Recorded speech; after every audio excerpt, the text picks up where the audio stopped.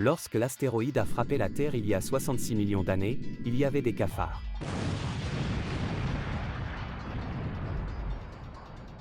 Les dinosaures et toutes les espèces de la Terre ont été anéantis par l'événement. Les cafards ont survécu à l'attaque malgré cette catastrophe naturelle.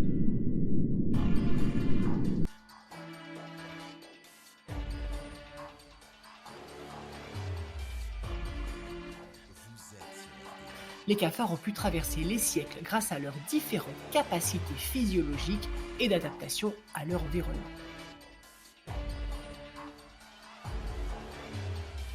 Comment ceci est-il possible? Comment cette toute petite bête a pu survivre jusqu'à aujourd'hui? Et c'est à toi, personnellement, que je m'adresse maintenant. Rappelle-toi combien de fois tu as été mis dans une situation face à un cafard, complètement affolé. En ne sachant pas si tu devrais tuer cette fameuse bête, ou t'enfuir par dégoût. Les capacités de survie des cafards sont bien plus supérieures aux nôtres. Ils sont beaucoup plus résistants au froid comparativement à l'homme. Bien que les insectes apprécient la chaleur, le cafard peut survivre à une congélation à moins 45 degrés Celsius. Cette performance est possible grâce à sa carapace nommée cuticule, qui se révèle être très dure et plus étanche, lui permettant ainsi de résister aux conditions extrêmes. Les cafards sont aujourd'hui de plus en plus difficiles à éliminer. Selon une étude américaine, ces parasites auraient développé une résistance accrue aux insecticides.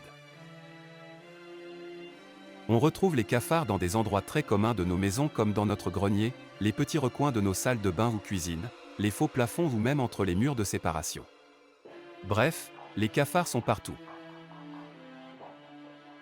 Saviez-vous que le cafard est l'une des seules espèces qui peut se déplacer en volant, dans l'air, en marchant, sur terre, et même en nageant, dans l'eau? De plus, celui-ci se reproduit très rapidement.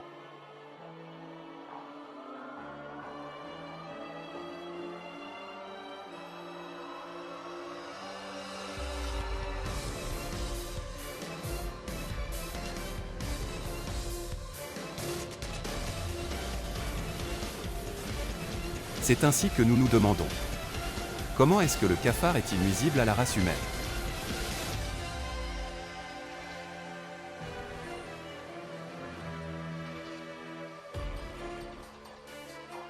Suite à de longues années de recherche, les scientifiques ont trouvé que oui. Les cafards sont bel et bien nuisibles à l'humanité.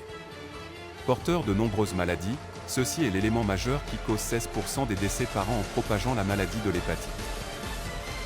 L'hépatite, produite initialement par des bactéries dans le corps des cafards, est une maladie meurtrière qui se manifeste par une toux sèche très douloureuse, un mal de tête et peut être une nausée mais surtout un rhume très abondant, après 2 à 5 jours de contamination.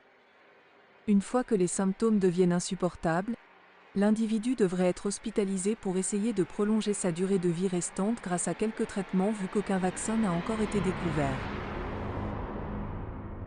Est-ce une coïncidence que la seule espèce capable de survivre aux radiations nucléaires est le cafard? Est-ce une coïncidence qu'elle peut même survivre sans tête? Je ne pense pas.